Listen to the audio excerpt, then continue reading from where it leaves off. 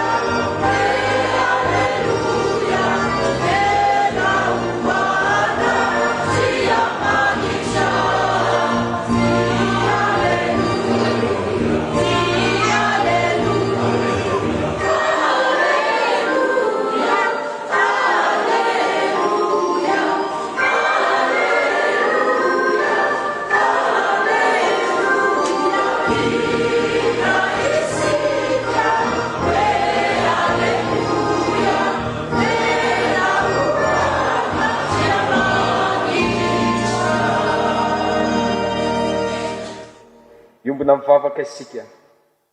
Andriamanitra rainay izay ny an-danitro, manatrika ny voninahitra ao sy ny fiandriananao izay, komideranao izay, mankalazanao izay, fa Andriamanitra marina sady masina ianao.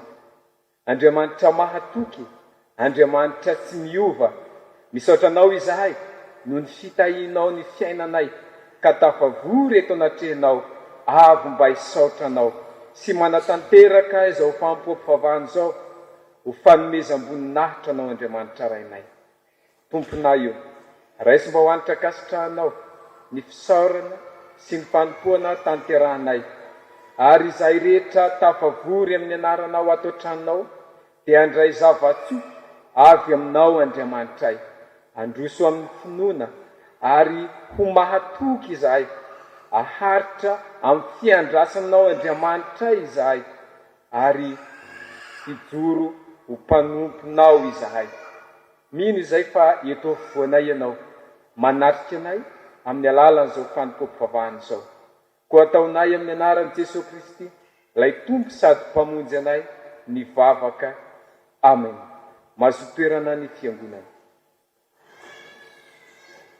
Ry havana malala, enoy amin'ny fanajana ny teny manambara ny sitrapon'Andriamanitra amintsika. Hoy ny soratra masina: miantombena tsara miandry an'i Jehovah ianao, ka manantena azy. Aza tezitra amin'izay ambinina amin'ny lalana, dia amin'izay olona manao sain-dratsy.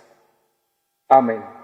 Sambatra ny mahitsy lalana izay maneraka azy Jehovah, sambatra ny tanana amin'ny azy amin'ny Amen. Tsy natanteraka izany sitrapon'Andriamanitra antsika ry havana. Andeha andiny tena ka anatina ny Tompo hiaiky ny fahotantsika sy ny tsy fahatanterantsika. Anaraka ao am-potsika izao tonom-bavaka izao. Ny hira fahasivy amin'ny 75, ny 97 no iraitsika aorian'ny vavaka fifonana. Iombona mivavaka isika. Renay Andriamanitra, ny sitraponao izay miteny aminay, miantombena tsara miandry an'i Jehovah. Tompo, tsy manam-paharetany nefa izay indraindray.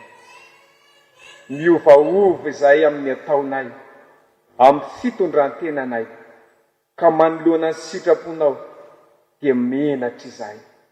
Izany indrindra no anatonanay ianao amin'ny finoana, ka hifonanay eto anatrenao.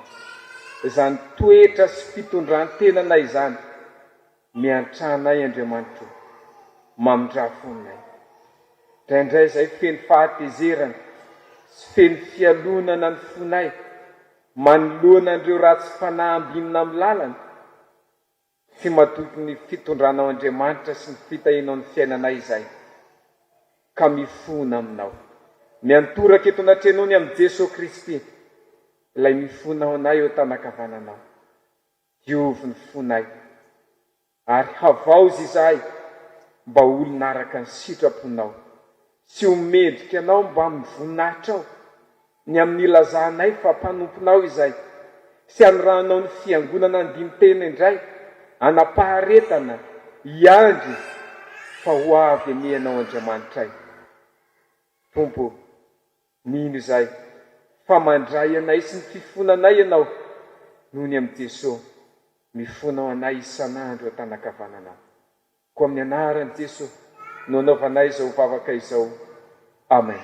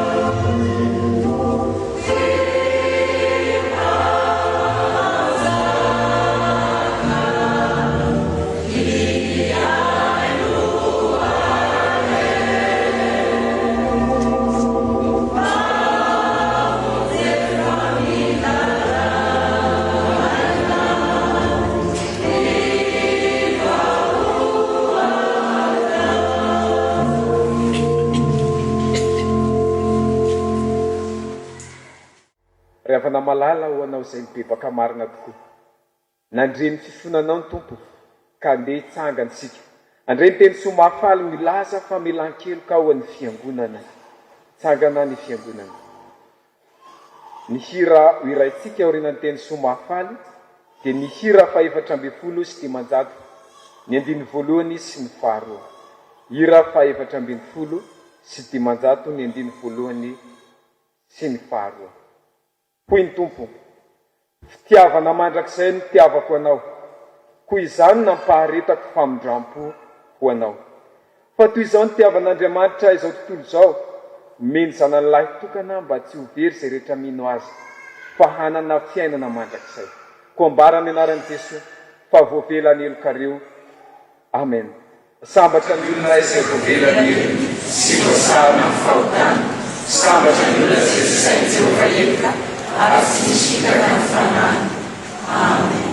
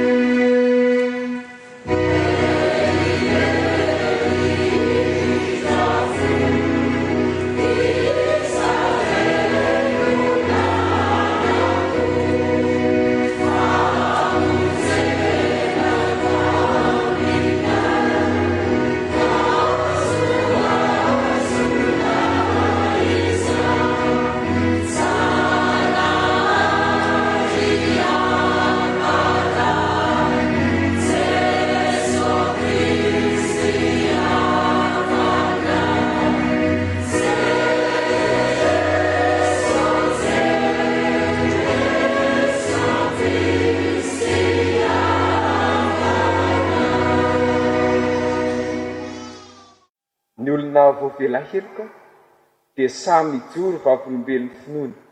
Koa andeha raha sika manaiky sy manambary zao ny fanekempinoana apostolika izay raisantsika amin'ny fiangonana kristianina manerana izao tontolo izao manao hoe: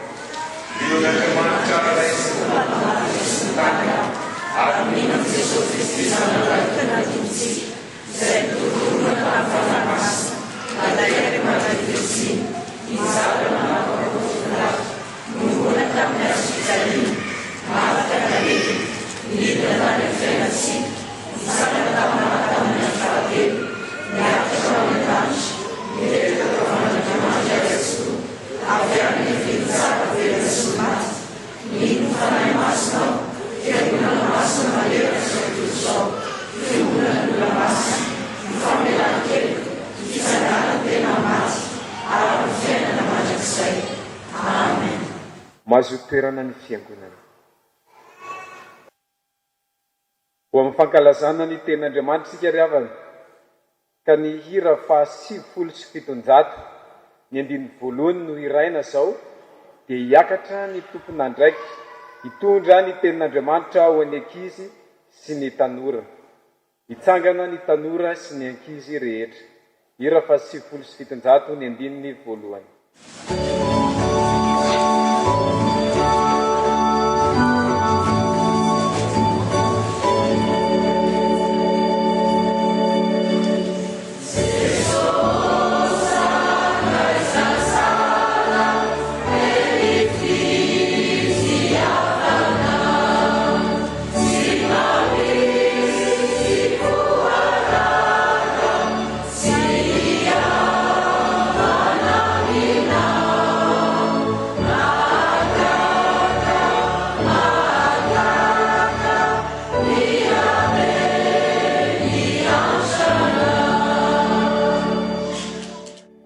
Ivavaka isika.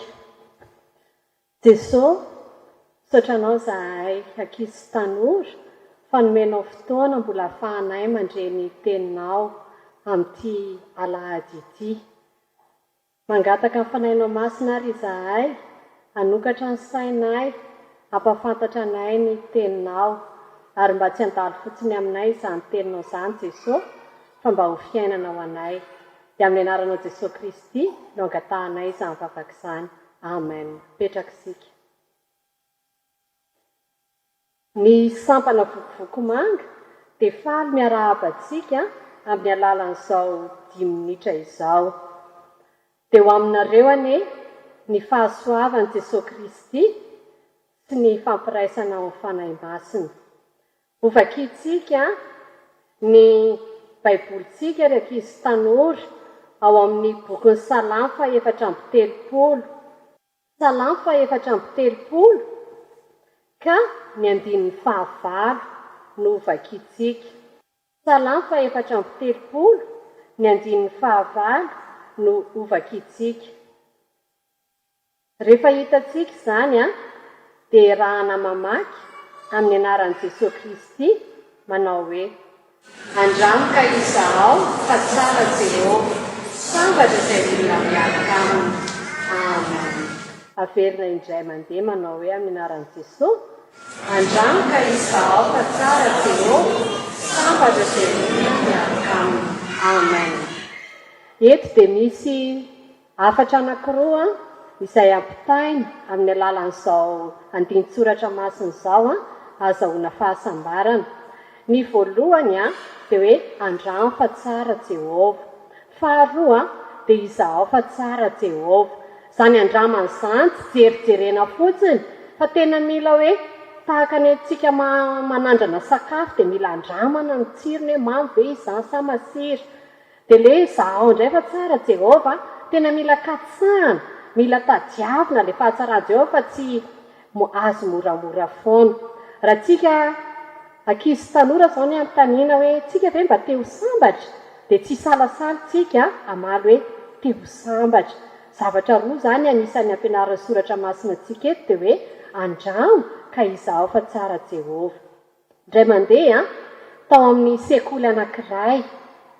Io sekoly io dia anisan'ny sarotiny amin'ny resaka fitsipika. Ary anisan'ny nampijiriny ao anatin'izay fitsipiky ny sekoly izay na ny disiplina dia hoe voarara ny mifoka sigara. Misotro toaka na mandray rongony amin'ny faritry ny sekoly. Dia efa misy ny sazy mifandraika amin'izay ho an'izay tratra. Eny fa na andrenesana amin'ny fofony fotsiny ary dia efa mahavoasazy. Na dia eo ary nefa izany dia misy an'ireo ankizy izay tia manandran-kandrana. Dia mbola misy moa ny tratra voasazy, misy ny tsy tratra dia manao ny ataony ihany. Dia efa fatapatatry ny tompony andraikitra ny sekoly hoe atsy amin'ity toerana itsy ary enesina fofona sigara. Dia nisy fotoana nanara-maso ny tompony andraikitra teo amin'ny sekoly. Ka amin'ilay fotoana izay tsy nampoziny iny rehefa nandalo ilay tompony andraikitra dia nahatratra ankizy nangalatra mifoka sigara teo amin'ilay toerana. Dia efa leo moa ilay tompon'ilay sekoly, ilay tompony andraikitra moa izany manoloana ilay zavatra miverimberina matetika dia izao indray ny fomba nampiasainy. Tsy navela ny ala teo ilay ankizy izay tratra fa izao no nataony. Efa mivatsy sigara iray pake izy tamin'izay. Nitereny ilay ankizy. Rehefa izao ny ataonareo tia misy sigara iray pake, tsy maintsy foany ity izao dia izao tsy maintsy laniny. Io foana natao eo mangalatra, manandrana, mifoka nefa efa fantatra fa tsy mety tsy azo atao ato anatin'ny faritry ny sekoly. Dia teo moa sady natahotra ihany ilay ankizy dia mifoana hoe foana fa tsy hanao intsony. Arahako maso eto mihitsy ny ifoana ity, tsy maintsy laniny ity rehefa izay ny tadavinareo. Ozy ilay tompony andraikitra ny sekoly. Dia natahotra koa ilay ankizy dia mifoka teo. Sepotra ny kohaka kofokofona efa naika torana mihitsy tsy mety lany ihany. Ilay sigara iray pake, mifony tsy hanao intsony. Dia avy eo eny ara-osisy ilay tompony andraikitra ny sekoly. Fantatrareo tsara zao rehefa kofoninareo efa saika maty torana teo mihitsiny. Dia tao anatin'izay no anisany nahatonga sainan'ilay ankizy izay tratra tamin'izay hoe ay tokoa ohatran'izany rehefa tena mifoka n'ity zavatra ity. Nanomboka teo tena fay ilay ankizy sa mifoka intsony tsy tamin'ny faritry ny sekoly ihany fa n'aiza misy anazy. Ry ankizy sy tanora, indraindray tsika mety alaim-panahy, anandrakandrana, mifoka, sigara, mety misotro toaka ihany koa sy ny sisa. Izao fantatritsika nefa fa tsy mahatsara tsika rehefa mitondra aretina, tsy fahasalamana. Ka raha hitady fahasambarana tsika indraindray mety any amin'ireny tsika mitady fahasambarana dia zava-poana ihany. Fa ny soratra masina dia mampianatra antsika eto hoe ao amin'i Jesosy Kristy, ao amin'Andriamanitra ihany misy ny fahasambarana. Dia izay ihany andramana dia ho hitantsika fa rehefa mifankazatra amin'Andriamanitra tsika, rehefa tena iainantsika ny tenin'Andriamanitra dia manana fahasambarana tsika. Ialao ary ireo izay mety mitaona antsika amin'ny lalana tsy izy akoatra amin'ny lalana araka ny sitrapon'Andriamanitra. Ndeha neverena antsika vakiana indray ilay andiny soratra masina teo raha ankizy sy tanora manao hoe aminaran'i Jesosy. Andramana ka izaho tsara Jehova, sambatra velona miaraka aminy. Ao amin'inona moa misy an'izay? Sanao faefatra ny telopolo andiny fahavalo. Dia ho an'Andriamanitra ireny ny voninahitra. Amen. Ho vakiana izao ny soratra masina. Andeha rahantsika mihira. Ny hira faha 280, ny 150 sy ny 140. Dia hiakatra ireo tompon'andraikitra, hivavaka sy hamaky misesy ny soratra masina aorian'izay.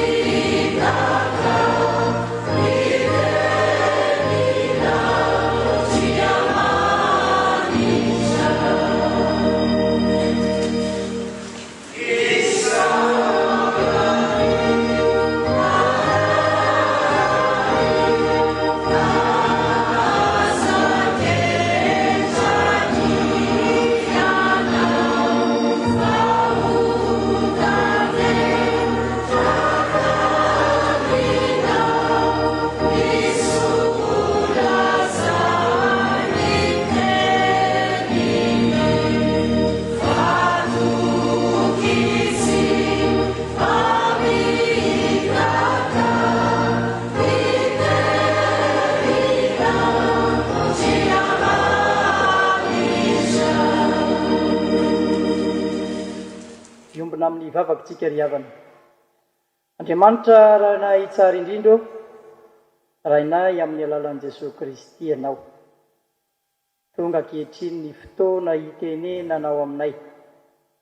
Izay fotoana sarobidy sady mamy aminay izany. Isory ary tompony tabataban'ny Satana izay tsy ahafahanay mifantoka amin'ny teninao ka nangatanay aminao Andriamanitra. Ilay fanahy mahery avy any aminao no aoka ho hitoetra aty anatinay tsirairay avy. Eo ny mpanomponao izay hitondra ny afatra ao Andriamanitra. Dia ianao Andriamanitra mihitsy no ampiteny ny vavany satria ny teninao no toriana sy ho ambara aminay tsirairay avy.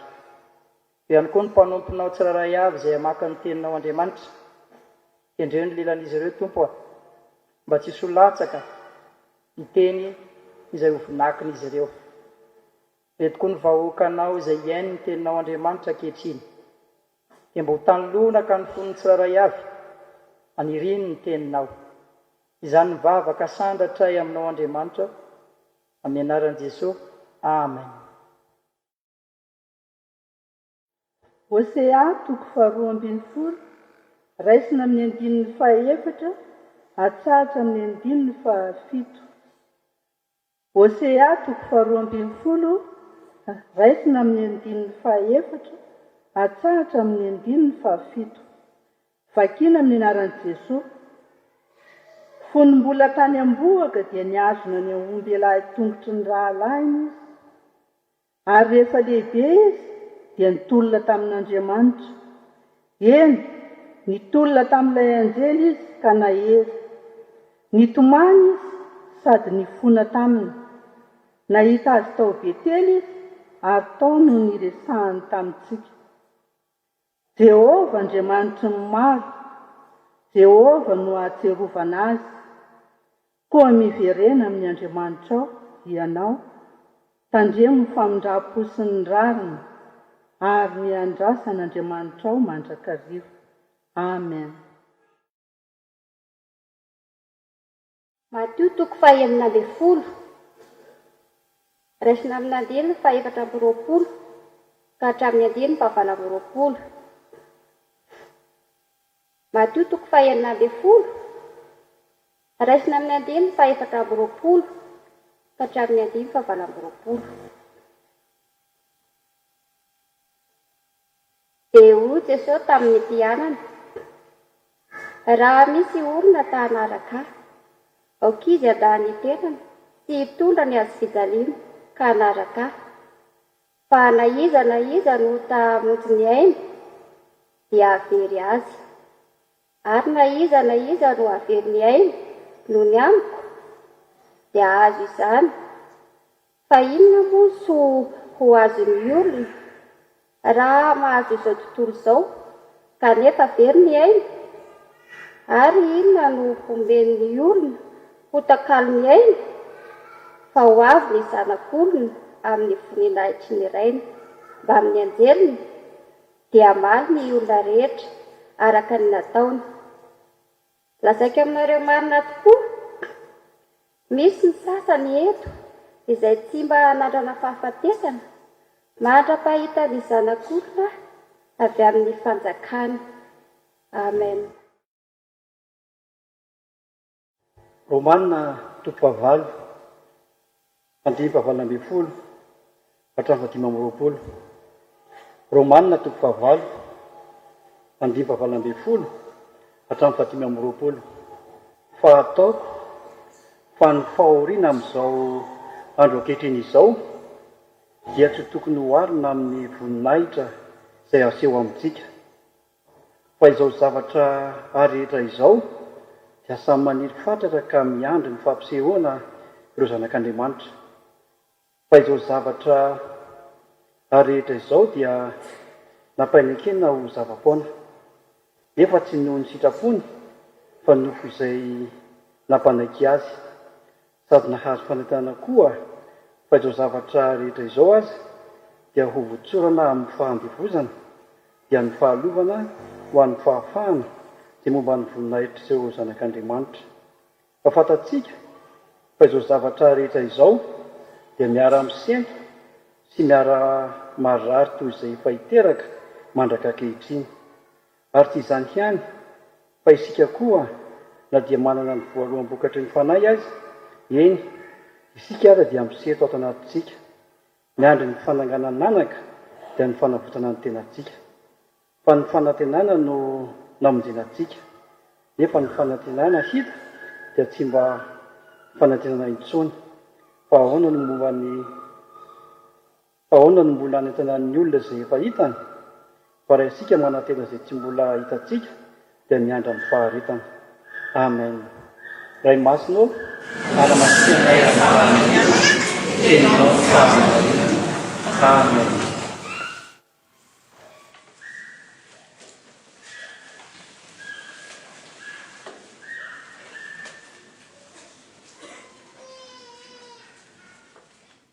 Hotoriana ny tenin'Andriamanitra ka ny hira fanampiny voalohany ny andiny voalohany no iarahantsika mihira hiakaran'ny mpanompon'Andriamanitra hitondra ny afatry ny toriteny.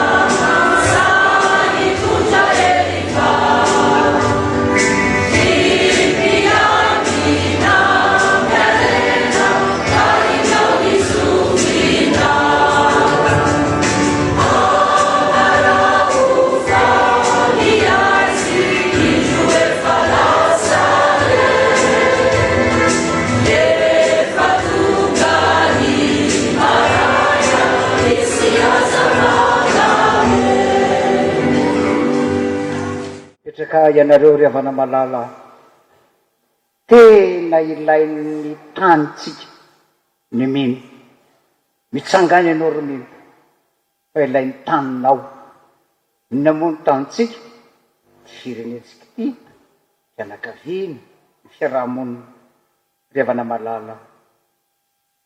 Volana vaovao nomen'ny tompo atsika ny foto-hevitra ifampitariana mandritra volana novambra zao dia ny hoe mahandrasa ho avy ny tompo. Ny ampitana ny afatr'Andriamanitra ry havana malala dia ny bokin'ny Hosea mpaminany, toko 12. Hosea toko 12 miainga ny toriteny ery amin'ny andininy 7 tapany farany. Hosea toko 12 ny andininy 7 tapany farany. Zao ny fivakiny amenarany tompontsika: ary miandrasa an'Andriamanitrao mandrakariva. Ary miandrasa an'Andriamanitrao mandrakariva. Andriamanitra dia manantena fa tena voarainao ty toriteny ty. Ety am-piandohana zao sary zao, miazakazaka ny olona. Tany zao ny zavatra misy, rotoroto ny olona, tsemboka ny olona, tsy matsiaro tena tsony, tonga amin'le fiteny hoe miady fo amanaina. Io le hoe rotoroto zao ny fiainana. Aninony tady fiainana ry havana malala? Hitady famonjena, hitady fiadanana. Zany zao zava-misy dia eny ampiazakazany hoe mikorota. Fantatra tsony hoe izy ty na izy na izy ma dia samy manao zay say-patany amin'izao fotoan'izao ry havana malala. Eny tandrina tsara tsika fa na dia ny kristianina koa azy tratran'izany. Dia aloha sara tsaina ange iny anao miazakazaka mirotoroto, mitady fiainana, mitady famonjena. Miandrasa aloha. Inona ny dikany hoe miandrasa aloha? Janona aloha. Mandrasa, miandrasa hoy ny mpaminany. Mijanona ianao aloha. Dika zany dia ny hoe ianao ilay miazakazaka mitady fiainana, mitady famonjena, mirotoroto eo aza tohizana aloha le lalana ry havana malala. Ny fanontaniana petraka ary amin'izao toriteny zao ahoana no fiandry an'Andriamanitra? Andeha ary samy ajanontsika le azakazaka samy hafa dia samy miandry an'Andriamanitra tsika. Ahoana ny fiandry an'Andriamanitra, miandrasa an'Andriamanitra ianao? Voalohany ry havana malala, miainga amin'ity faminaniny Hosea mpaminany ity, miandrasa an'Andriamanitra, miverena amin'Andriamanitra. Zay ny dikany. Fa tsy hoe miandrasa an'Andriamanitra dia mijanona fotsiny eo, fa miverena amin'ny azakazaka, nampirotoroto, mitady fiainana, mitady ny zavatra rehetra. Zany ange ry havana malala no tiany mpaminany tsy haiviny eto hoe ny razamben'ny Israely voalaza eto Jakoba. Ery amin'ny andininy 4 ry havana malala, inona ny zavatra misy? Jakoba, razamben'ny Israely, fonombola tany amboka, dia niazona ny ombela tongotry ny rahalany izy. Izy moa le rahalany Jakoba? Esau, zokony, diso lalany Jakoba, mbola any amboka. Te hiazakazaka handray ny fizokiana. zay ny tanjony. Ratsika tsara na teo amin'ny zanakisa teo amin'ny jiosy any na mahamalagasy tena mananotanja lehibe amin'ny fiarahamonina amin'ny fianakaviana ny zoky ry havana malala. Namitaka ny zokiny. Zany ange zao le zava-misy famitahana ry havana malala. Fa izao na tsy ary teny izy. Ohatrany tsy mety ty lalany ty hatrany am-boka. Na tsy ary teny izy rehefa lehibebe fa diso lalany. Ireny mendiny faefatra tapany pi zao dia ny hoe ary rehefa lehibe izy dia nitolona tamin'Andriamanitra. Io fomba fitenitsika le mitoloma re amin'Andriamanitra, mitoloma mibavaka re, miverina amin'Andriamanitra Jakoba. Dia io ny andininy 5 eny nitolona tamin'ilay anjely izy ka nahery nitomany izy. Izany ry havana malala ny tena mahatsiaro lalan-diso tena mitomany sady mifona diso lalan'Andriamanitra mifona aminao aho. Tao a Betela moa zany fatatsika ny tantara iny any amin'ny Genesis 20 ny andininy 12 sy ny 9 ry havana malala. Fa rehefa niverina ary Jakoba nitolona tamin'Andriamanitra amin'ny andron'ny Iosea ampaminany ny taranany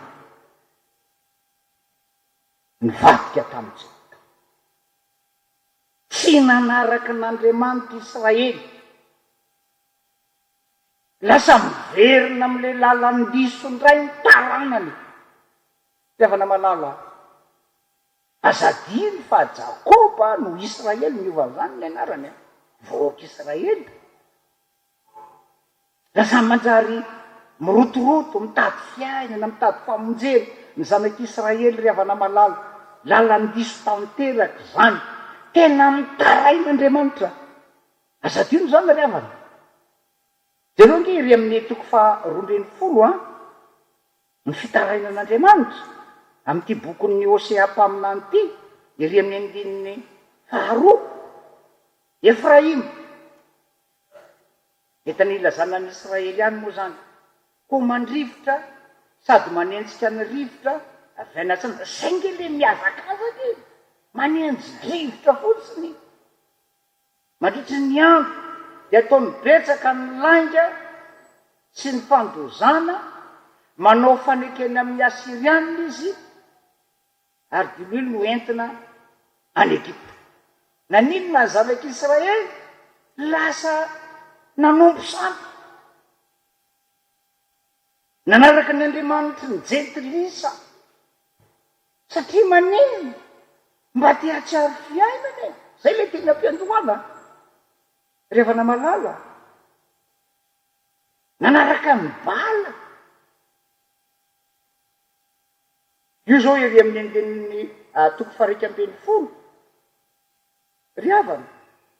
Dia zao no vovaky ny andininy 2:20 iry amin'ny andininy 5.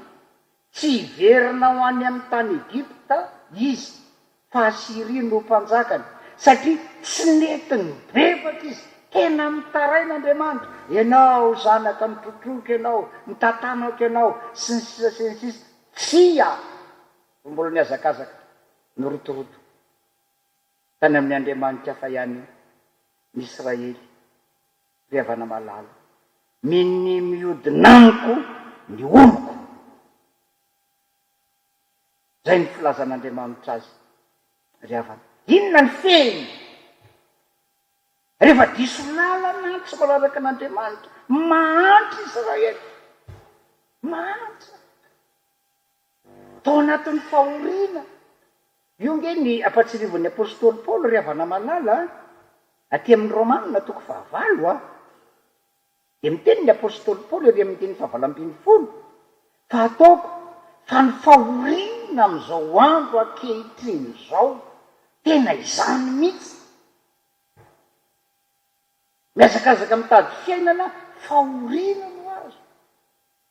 Dia miteny any ny apôstôly Paoly ry amin'ny 9:20 ry amin'ny andininy 2:20 ry havana malala fa fatatsika fa izo zavatra rehetra zao dia miara-misento sy miara-marary toy izay efa hiteraka mandraka ankehitriny. Misento firifiry amintsika moa tsy misento. Marary ny vehivavy rehefa hiteraka. Ary zany zao ny fiainana amin'izao fotoana izao. Misento ny zavaboary, simba ny tontolo iainana, tonga ny misary, tonga io aretina rehetrarehetra io. Teo zao nisy namantsika ny hoe loza mpiarakodia ny tsy fahasalamana, ny zavatra rehetrarehetra, ravana malalo, tsy mifankahita intsony, tsy misy fiainana. Ravana malalo. Any amin'ny bokon'ny Jeremia, mazava be ny antsoantso miverena ry izy moa izy. Zazam-piodina, miverena. Aza manao ny fanompon'Andriamanitra hafa intsony, miverena amin'Andriamanitra. Ianao, ny hoe miverina amin'Andriamanitra, tsotra kely riava ao amin'i Jesosy Kristy.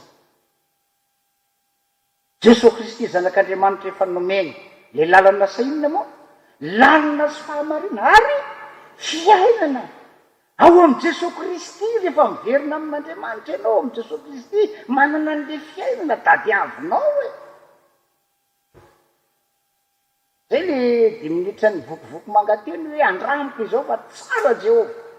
Ary Jehova efa tonga nofo tao amin'i Jesosy Kristy riavana malalo. Dia miteny ny tompo any amin'ny Mateo 5:20. Miteny izy amin'ny mpianatra. Ozy izy hoe ny 4:20. Dia ozy izy sao tamin'ny mpianana, raha misy olona ta hanaraka dikan'izany hiverina amin'Andriamanitra, aoka izy andany tenany tsy hitondra ny azo fijaliany ka hanaraka. Mazava be ny tenin'i Jesosy Kristy ery amin'ny 5:20. Fa inona moa ny soa azon'ny olona raha mahazo zao tontolo zao? Le izao tontolo zao nge mampiazakazaka ny olona io e. Le arena, ny zavatra rehetrarehetra, ny vola. Inona moa ny soa azon'ny olona raha mahazo? Kanefa manino? Veriny ainy. Miverena amin'Andriamanitra ianao. Mandrasa an'Andriamanitra rehefa malama. Hitako mamarana ty tapany voalohany ty tsy mahafoy ny olon'ny Andriamanitra. Zay nge ny azahoana antoka hoe ndao ranka hiverina aminy. Io zao ny Osea 1:20, 9:9. Ataoko ahoana ny fahafoyanao rehetra io. Zay nge ny Andriamanitra. Andraso aloha miverena, tsy mahafoy Andriamanitra, tsy anotory foa na andringana ny efiray maintsony fa Andriamanitra ao. Fa tsy olona miandry ny fitiavan'Andriamanitra riavana malalo. Io le efa famelan-keliko, fitiavana mandrakizay ny fitiavako anao, izany naparetako famindram-po ho aminao. Miverena, miandrasa an'Andriamanitra fa ho avy ny tomposika. Riavana malalo rehetra amin'ny tompo fotoana izao, ianao mihitsy ange le miazakazaka mirotoroto mitady fiainana, maraparapa any amin'ny Andriamanitra fa sisy. Riavana manapa-hevitra, oko zay aloha, andrasa aloha, miverena amin'Andriamanitra riavana malalo. Dinio ange ny fiainatsika, dinio ange ny fiainan'ny fireneny. Inona moa riavana malalo ny soa azo araky ny teniny Kristy? Inona moa soa azo? Inona moa soa azo amin'ity fanompo-tsampy ty? Inona moa soa azo amin'ny maninona moa ny fivavahana amin'ny maty ty? Am'izay efa taola amin'ny maty. Riavana, inona moa soa azontsika amin'ireny? Io fiarahamonina, korotana, Fitiavana malala. Zao voalohan'ny volana novambra. Inona ny soa azo amin'ity fanangina fasana ity? Inona moa no atao any amin'ny fasana n'inona moa? Anatina voninkazo. Ary amin'ny faritra maro eto amintsika. Fitiavana malala. Misy fotoana lava be, tsy 1er novambra ihany. Mety ho 2 volana mihitsy. Ikarakarana ny tokotanim-pasa, sy ny sisa. Vorina ny fianakaviana, manao zava-dehibe amin'izany, miverena. Fitiavana malala, miverena. Zany angemy maha fiangonana ny fiangonana. Tsika fiangonana, mitsangana ianao ry mino fa ilain'ny taninao Tsika fiangonana indray zany no arahan'ny fiarahamonina. Jereo angeny mpiarahamonina aminao hoe mitady fiainana izy, mitady famonjena izy. Tsy fantatra tsony ho fatsa ho velona rahampitso. Ianao no arahany. Reto manana fiainany reto. Reto manana fifaliany reto. Reto manana famonjeny reto. Andao anaraka amindreo tsy. Dia sanatria ve tompoko? Mpandray fanasany tao. Amin'ny fanompona samy hafa tamin'ny fiangonana. Dia mbola hiazakazaka irotoroto, hitady fanasana, hitady famonjena fitahiana amin'ny tendrombohitra 12. Any amin'ny mpanango, any amin'ny piskidy rehetrarehetra, dia tena tsy mahatsiaro tena intsony. Adino vita batisa ange. Adino mpanaongon'Andriamanitra ange. Miverena, andraso aloha. Miandrasa an'Andriamanitra ao. Zay ny voalohany ariavana malala. Miandrasa an'Andriamanitra ao. Ahoana ny fiandran'Andriamanitra? Voalohany miverena amin'ny, faharoa maretatra amin'ny farany. Misy ange verina kely izy loha herinandro, vetivety eo, dao indray. Ohatrany marina zany toriteny zany Toranga hiverina. Afaka 2 volana, maninona ray? Dao indray. Tsy maharitra hatramin'ny farany. Zay le tenin'ny Isaia mpaminany miandrasa an'Andriamanitra ao. Maninona ozy izy? Mandrakizay. Mandrakizay tsika zao zany zao lahady 2 volana novambra zao dia mandra-piavan'i Jesosy Kristy tompo Tsy amin'ny fotoana sasatsasany. Ahoana indray le hoe mareta amin'ny hatramin'ny farany. Le 7 tapamin'ny faharoa dia zao vakiny. Tandremo, famondrapo sy ny rariny. Eo ry havana malala ny zakatsika mihitsy. Fakatana lehibe ho atsika. Na dia olon'Andriamanitra isika. Tandremo ny famondram-po sy ny rariny. Ny fitaka nahazo ny zanak'Israely ange raha raisina ohatra fotsiny. Inona ny fitaka mahazo azy? Ny tsy fahamarinana nahazo ny zanak'Israely. Eto amin'ity Hosea 12 ity, eo amin'ny 5. Fa hoy Efraim, fiarikarena ihany nefa nataoko, nahazo fananana ny asako rehetra, tsy misy ahatonga fahotana na heloka amiko, manamary tena. Tsy mandala ny fahamarinana, te hanakarena vetivety, azay nge hiazaka zany iza koa nao nakigisy teo. Ery amin'ny 7:4 ry havana, dia zao le tsy fahamarinana teo amin'ny Israely. 7:4 efa nanadino ny mpanao azy Israely ka nanorona trano vaventy. Amin'izao fotoana izao ianao variny. Manitra ve ny firenena? Sarotra ve ny fiainana? Ahoana ireny trano ngeza be ireny? Ary Joda manamaro tanàna manda. Efa tamin'ny andron'ny Israely zany, ary mbola misy mandraka ankehitriny ravana malala. Manana fanantenana. Mareta amin'ny rariny, amin'ny famotram-po. Paoly apôstôly ravana malala tena mampahery. Ahoana moa no aretako amin'ny rariny, amin'ny fahamarinana, amin'izao fiainana tsy manjary zao. Hoy Paoly any amin'ny Romanina 9. Tena mifameno tsara amin'ny teny kopa. Romanina 9:7-7 ravana malala. Zao ny fivakiny. Ary tsy zany ihany, fa isika koa na dia manana ny voaloham-bokatry ny fanaza. Tsika reto nge ravana malala efa manana ny vokatry ny fanahy. Tamin'ny nandraisintsika amin'ny sakramenta amin'ny batisy, amin'ny fametrahan-tanana amin'ny fanompoana samihafa, efa manana ny vokatry ny fanahy antsika. Inona moa ny vokatry ny fanahy? Paoly ihany no manazava eo amin'ny Galatianina 5:2-2 ravana malala. Fa ny vokatry ny fanahy kosa dia fitiavana, fifalia, fiadana, famoram-panahy, fanaova-tsoa, fahamarinana.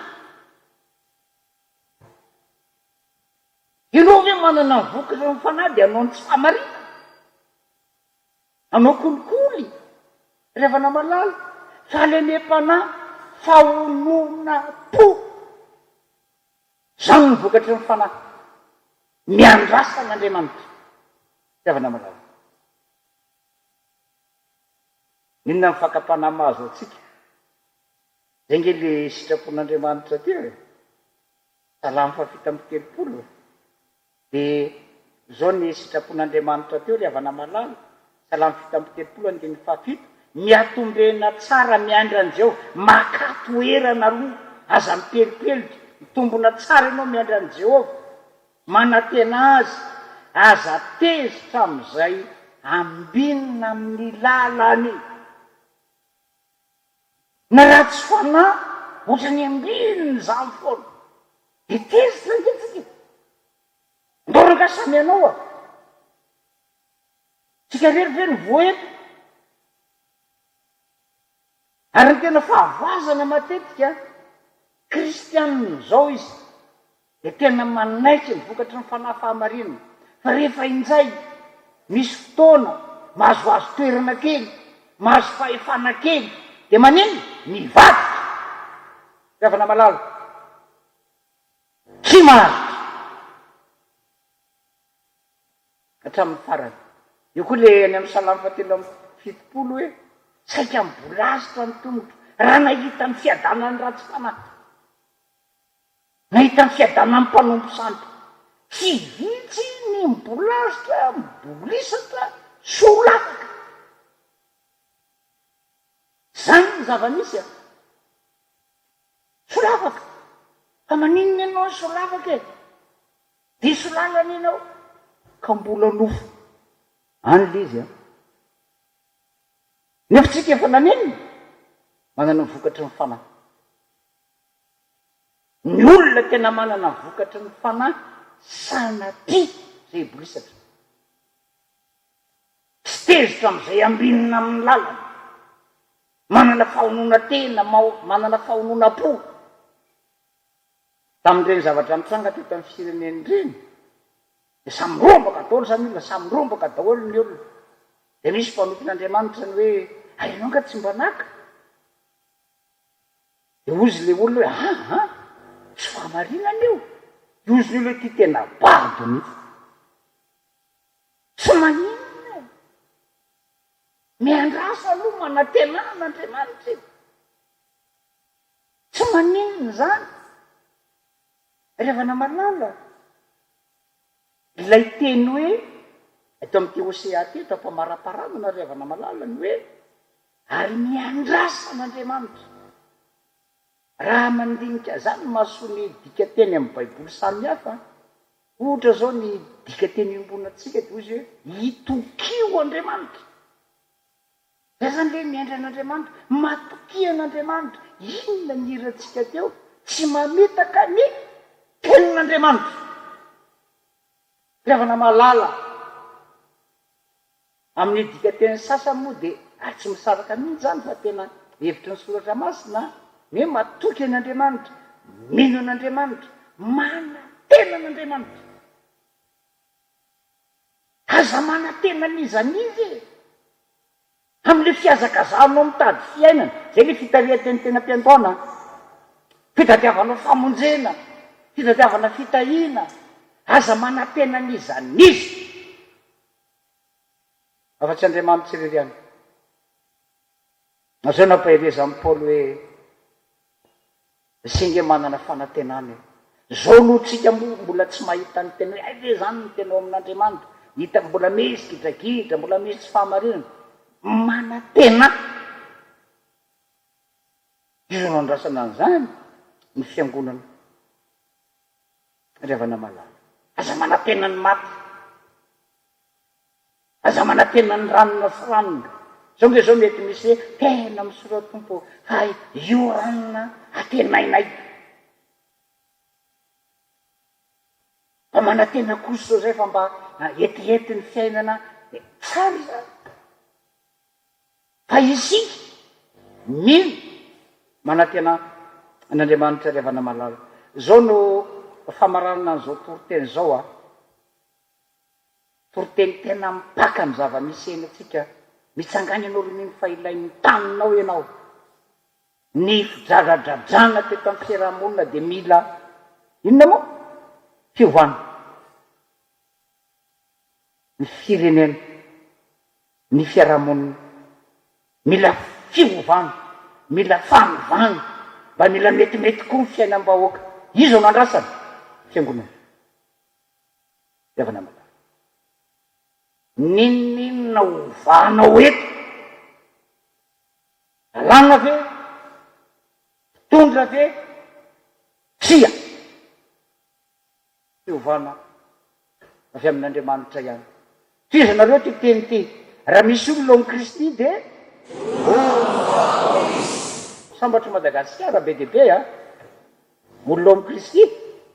Miova any amin'ny tokantrano, miova ianao amin'ny mpianarana, miova ianao any amin'ny fiarahamonina, miova ianao amin'ny andraikitra samihafa amin'ny firenena, lamina ny tany.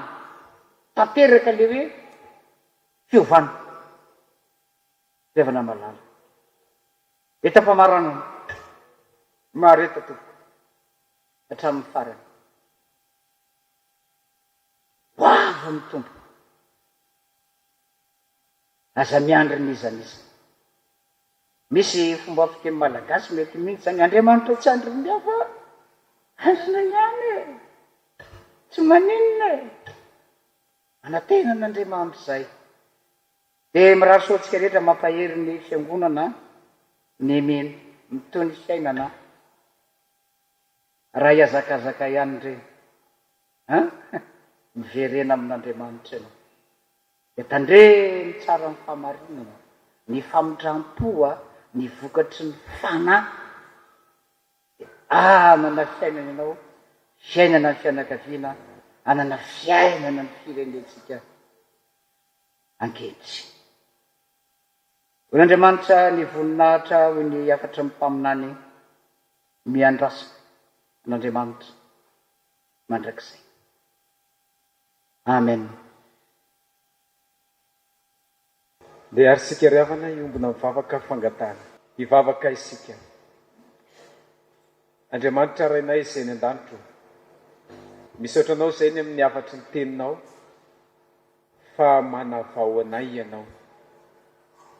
Mitarika anay avao sy handroso hatrany amin'ny finoana ny hafatrao hoentinay indray miatrika izao herinandronay izao. Misaotra fa nampianatra anay ianao fa izahay rehetra ireto dia miandry anao Andriamanitra ka maniraka anay hiverina aminao izany, hiovanay zotram-piainana, andehananay milalana vaovao raha nanota izay taloha. Ankehitriny kosa dia hiala amin'izany fahotana izany sy hanadino izany ka hitodika sy hivanjina anao Andriamanitra ay. Vonina izay Tompo ny verina aminao. Misaotra anao indrindra Tompo fa mampianatra anay ianao, ny hanananay faharetana mba izahay rehetrireto ilay olona tsy miova, tsy mivadika fa ho mahatoky hatrany.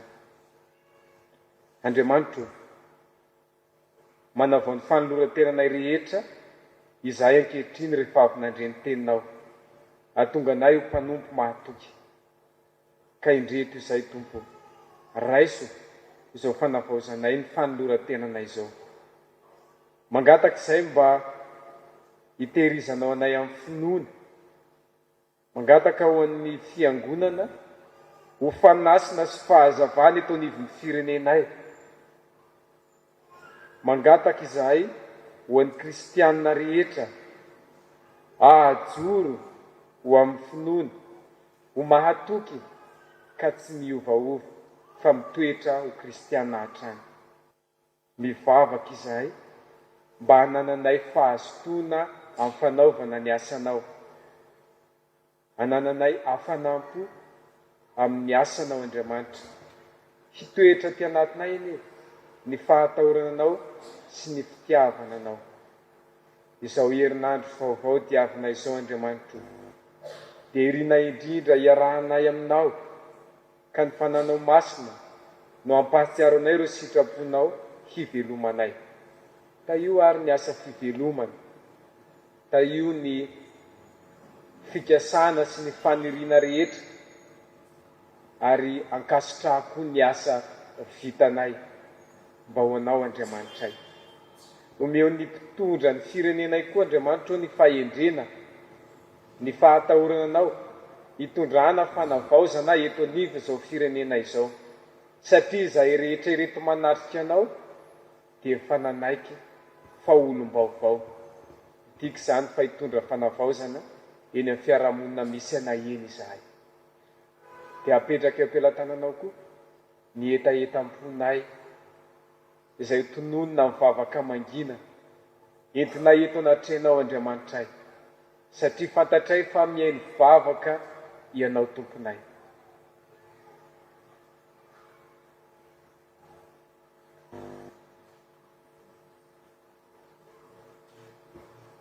Misaotra anao izay ny amin'ireo mpanomponao nahatsiaro nandray fitahiana sy fahasoavana avy aminao, ary nandray valim-bavaka ka nanefa voady teto anatrenao, nanolotra rakom-pisaorana ho anao Andriamanitra. Eo mba ny fahasoavanao mandrakariva ane ireo mpanomponao ireo, ka atsiaro fa eo anilany hatrany ianao Andriamanitra. Apetraka eo am-pelantananao ary ny fikasanay sy ny fanirian'ny fonay, fa mianaran'i Jesosy Kristy Tomponay no naovana ny vavaka, ary iombonanay ilay vavaka nampianarinao manao hoe: rainay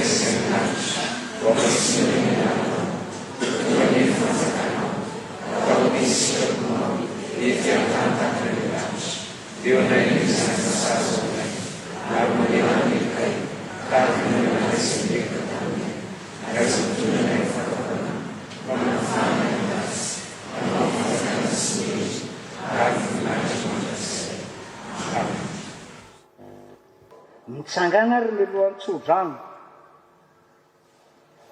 marina aminareo izao tsodrano tononona amin'ny anaran'ny Tompo izao ry havana, mitahy anareo ny Tompo ka miaro anareo, mampamirakiratra ny tavany aminareo ny Tompo ka mamindra fo aminareo, manandratra ny tavany aminareo ny Tompo, manome anareo ny fiadamany. Amen.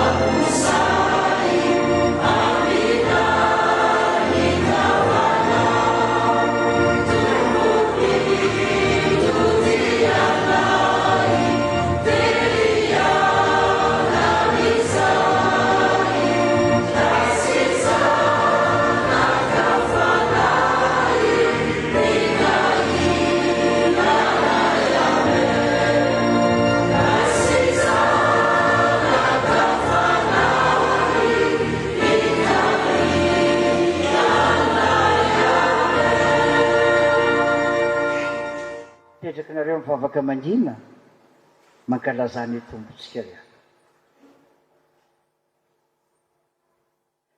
dia ho an'Andriamanitra irery ny voninahitra amin'ny anarany iray sy ny zanaka ary ny fanahy masina. Amen.